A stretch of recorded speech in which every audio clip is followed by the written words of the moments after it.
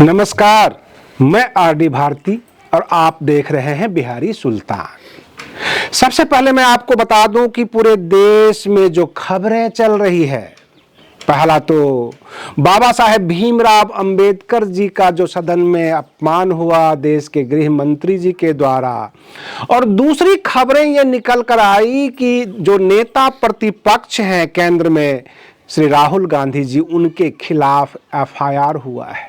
उनके ऊपर आरोप लगा है धक्का मुक्की करने का, सदन में जो सदस्य हैं उनके साथ धक्का मुक्की करने का।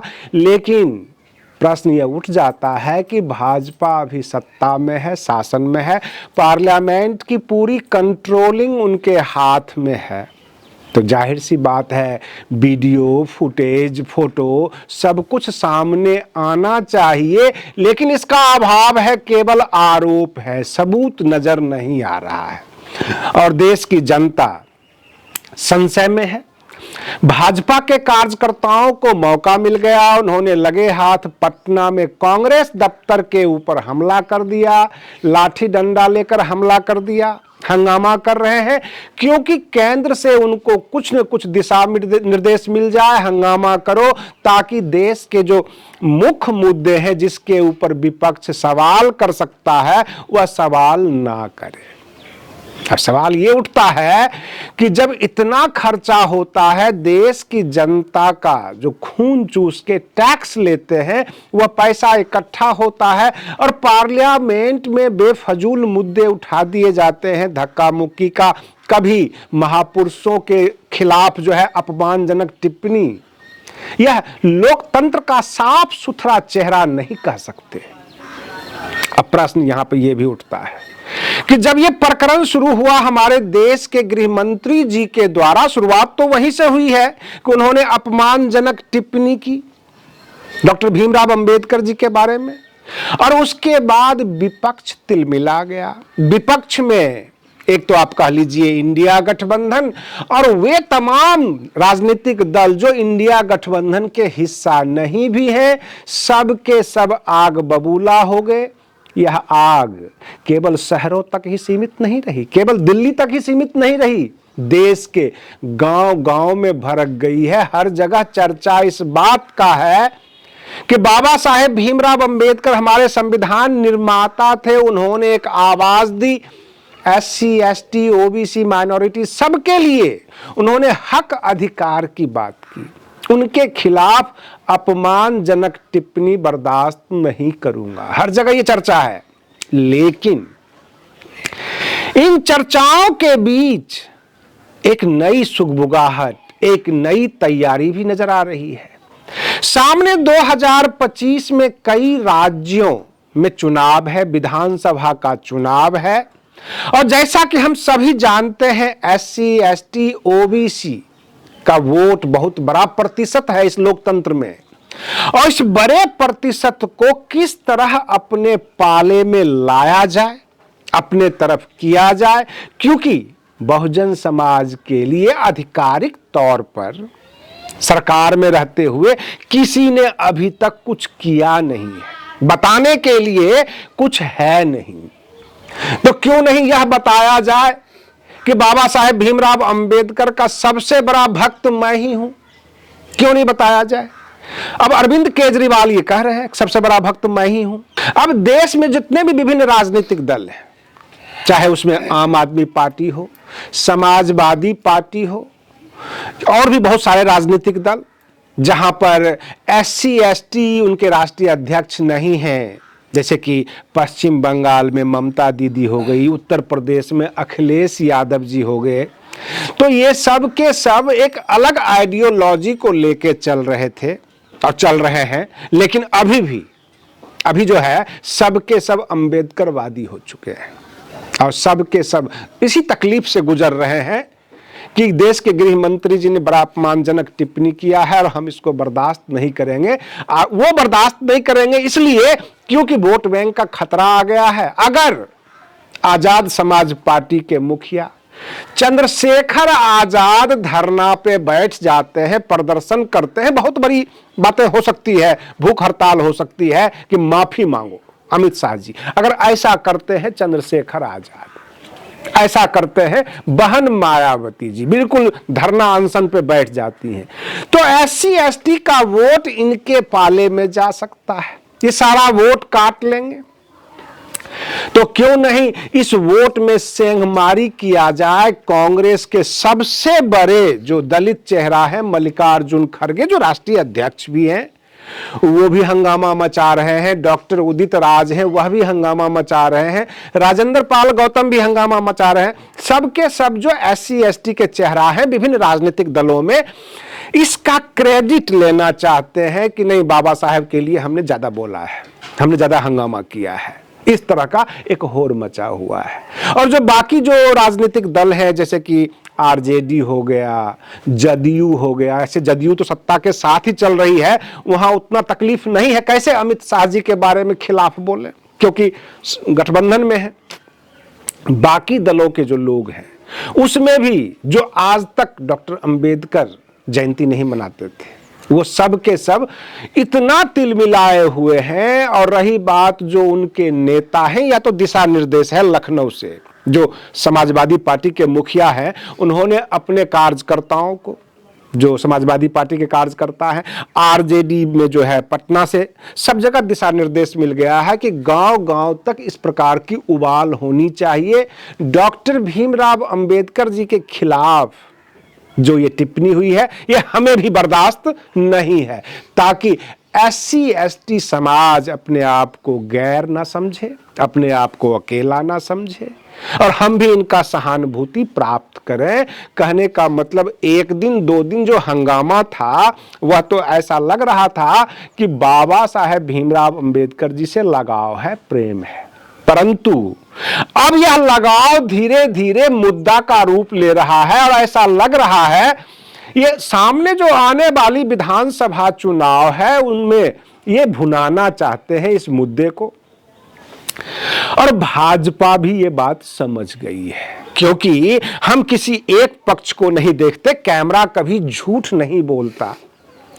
भाजपा के जो नेता हैं वह भी यह बात जगह जगह समझाने में लग गए हैं कि बाबा साहेब ने खुद कहा था कि हमारा भक्त ना बनो, हमारे बताए हुए रास्ते पर चलो। अब भाजपा को वो 22 प्रतिज्ञा याद आ रही है। भाजपा वाले ये कहते हैं कि आप जय भीम के नारा लगाने के बजाय डिप्रेस क्लास के बारे में चिंता कीजिए। अगर भाजपा को इतनी चिंता सता रही है तो इस बजट सेशन आने वाला है जो 31 मार्च को आता है, देश के SC ST क्लास के लिए क्या कोई स्पेशल बजट होगा, उनके शिक्षा में सुधार होगा, उनकी आवास योजना ईमानदारी से लागू करके सबके सर के ऊपर छत एक मिल जाएगा, ऐसा होगा?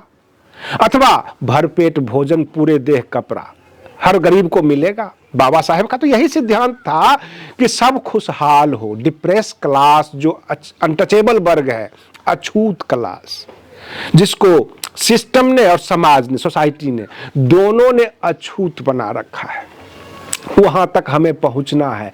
तो क्या भाजपा पहुंचेगी, या केवल जवाब देने के लिए इस तरह के जवाब दिए जाते हैं कि हमने डॉक्टर अंबेडकर का अपमान नहीं किया है, हमने तो बस इतना कहा है कि अंबेडकर अंबेडकर कहने के बजाय उनके रास्ते पर चलो, उनके बताए हुए रास्ते पर चलो। ये भाजपा अब कह रही है, पलटी मार रही है। जबकि गृह मंत्री जी ने यह कहा था कि अंबेडकर अंबेडकर के बजाय अगर आप भगवान भगवान करते तो आपको सातों जन्म में स्वर्ग मिल जाता, ऐसा उनका कहना था। यह अपमानजनक टिप्पणी थी। लेकिन अब भाजपा उसमें पलटी मार रही है कि हम तो बाबा साहेब के सिद्धांत पर चल रहे हैं। उन्होंने कहा सोसाइटी को ठीक करना है, शिक्षा में सुधार लाना है, देश के हर गरीब लोगों तक पहुंचना है, जात पात खत्म करनी है। तो अब प्रश्न ये उठता है कि वो जो बोल रहे हैं ऐसा तो वो कर नहीं रहे सरजमीन पर। अब रही बात ये, जो राहुल गांधी जी के सामने ये प्रकरण लाया गया, उनके मामले में धक्का मुक्की किए हैं, वह डॉक्टर अंबेडकर की जो टिप्पणी के खिलाफ जो उबाल उठा है पूरे देश में, उस उबाल को छिपाने के लिए मीडिया में कोई नया न्यूज चलाने के लिए एक नया प्रकरण जोड़ा गया कि राहुल गांधी जी ने संसद में भाजपा नेताओं के साथ धक्का मुक्की किया, वो गिर गए, ICU में भर्ती है। और लगे हाथ एफआईआर भी कटवा दी। कांग्रेस की यह मांग है कि पार्लियामेंट उनके हाथ में है, वीडियो बनता रहता है, कैमरा लगा हुआ है, तो फोटो भी चाहिए, फुटेज भी चाहिए, वीडियो भी चाहिए, कहां कहां धक्का मुक्की किया गया है। इस सवाल पे भाजपा पीछे हट जाती है, जिसका जवाब नहीं दे पा रही। और जाहिर सी बात है, अगर ऐसा कुछ हुआ होता तो हर टीवी चैनल पे धक्का मुक्की और राहुल गांधी जी की निरंकुशता, क्रूरता वो दिखा दिखाकर, चाहे आधे सेकेंड का ही फोटो दिखाते, लेकिन दिखाते जरूर, चाहे उसमें वो एडिट करके दिखाते, लेकिन दिखाते जरूर। लेकिन ऐसा कुछ नहीं है, क्योंकि मामला गर्म है। वो फेक वीडियो भी नहीं चला सकते, नहीं दिखा सकते, क्योंकि उसको जो है संज्ञान में ले लिया जाएगा। इसलिए कहा जा सकता है, जो आम जनता में चर्चा है, कि भाजपा के पास केवल आरोप ही आरोप है, उनके पास सबूत और सच्चाई नहीं है। और इस जो न्यूज चल रहा है हर जगह डॉक्टर अंबेडकर के मामले का, उस न्यूज को दबाने के लिए जो है भाजपा ने एक नया फंडा जो है शुरू किया है, एक नया प्रकरण चालू कर दिया है। रही बात ये, अभी जो आने वाला 3 महीना है, ये बजट सेशन होगा, बजट की तैयारियां होगी, सरकार से सवाल होगा। 2024 अब बीत रहा है, इस साल सरकार ने कितने युवाओं को रोजगार दिया, कितने लोगों को घर मकान दिया, कितने सड़क बनवाए गए, गांव को शहरों से जोड़ा या नहीं जोड़ा, बिजली की व्यवस्था हुई या नहीं हुई, ये बहुत सारे सवाल सत्ता से हो सकता है। उन तमाम सवालों को एक नया सा शगुफा छोड़कर दबाया जा सकता है, ये प्लानिंग भी हो सकती है। अभी सत्ता से कोई सवाल नहीं करेगा कि इस वित्तीय वर्ष में कितने युवाओं को रोजगार लगा, कितने महिलाओं को वजीफा मिला, कितने जो है वरिष्ठ नागरिकों को पेंशन मिला, ये कोई सवाल नहीं करेगा। सवाल केवल होगा कि डॉक्टर भीमराव अंबेडकर जी को आपने अपमान क्यों किया, सारे सवाल भूल जाएंगे। और सरकार की यह सोची समझी साजिश थी। इस तरह का एक देश के संवैधानिक पद पर बैठे हुए व्यक्ति इतना टंग स्लिप नहीं हो सकता, स्लिप टंग नहीं कह सकते इसको, कि वो गलती कर जाए या अनजान में बोले। अगर हम एक बात मान भी लेते हैं, जिस तरह से गांव-गांव से जो आवाजें आ रही है, तमाम राजनीतिक दल जो कह रहे हैं, उनको माफी मांगना चाहिए। हम मान लेते हैं कि देश के गृह मंत्री जी माफी मांग भी लेंगे, सदन में आके माफी मांग लेंगे, लेकिन जो ये महत्वपूर्ण समय खराब किया गया है इस तरह के प्रकरण में, क्या आगे इस तरह का प्रकरण नहीं होगा? जब जब मुख्य सवाल होगा, जब बजट सेशन आएगा और बजट पे प्रमुख चर्चा का विषय होगा, तो भाजपा इस तरह का कोई न कोई शगुफा छोड़ देगी। अभी तो डॉक्टर भीमराव अंबेडकर जी हैं, फिर पेरियार है, सावित्रीबाई फूले हैं, किसी भी महापुरुष के खिलाफ वो कुछ भी बोल के 5-7 दिन खा जाएंगे। जो देश का जो समय है, जो महत्वपूर्ण समय है, और देश की जनता का जो महत्वपूर्ण पैसा लगा हुआ है खून पसीने का, उसको ये बर्बाद करते हैं इस तरह का शगुफा छोड़कर।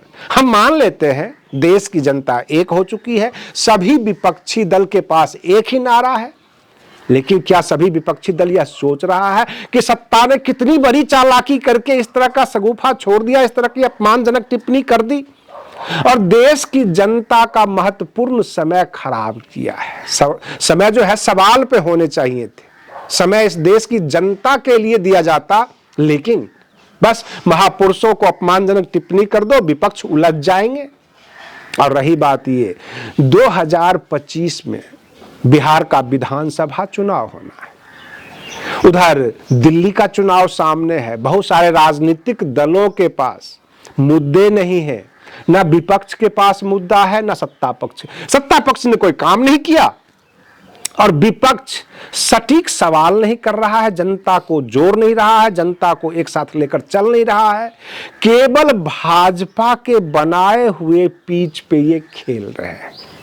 हम जानना चाहते हैं, हम हमारे दर्शक भी बता सकते हैं, 2025 में जो बिहार का विधानसभा चुनाव होगा, उस चुनाव में विपक्ष के तरफ से क्या क्या सवाल होंगे, क्योंकि नीतीश कुमार पिछले 15-20 साल से सत्ता में है, और बिहार की जनता, बिहार के युवा परेशान है। आए दिन कहा जाता है बीपीएससी का जो एग्जाम आपने लिया इसको कैंसिल करो। अभी भी कल परसों ही हुआ है, क्योंकि संभावना है पेपर लीक का, संभावना है भ्रष्टाचार का।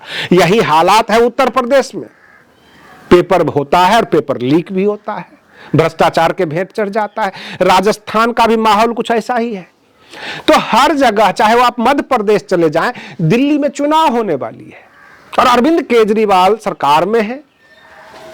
भाजपा केजरीवाल सरकार पर आरोप लगाती है, लेकिन केजरीवाल सरकार समझाने में क्या कामयाब होंगे? क्योंकि उनको तो शराब घोटाले में उलझा कर रखा गया। क्या अरविंद केजरीवाल साफ सुथरा ये कहेंगे कि जो SC ST का जो हक अधिकार था, जो उनका रिजर्व कोटा था, जो उनके लिए आवास बनाना था, हम सबने बनाया? तो आज के लिए बस इतना ही। आप बने रहिए बिहारी सुल्तान चैनल पर। हम फिर मिलते हैं अगले वीडियो में। तब तक के लिए धन्यवाद।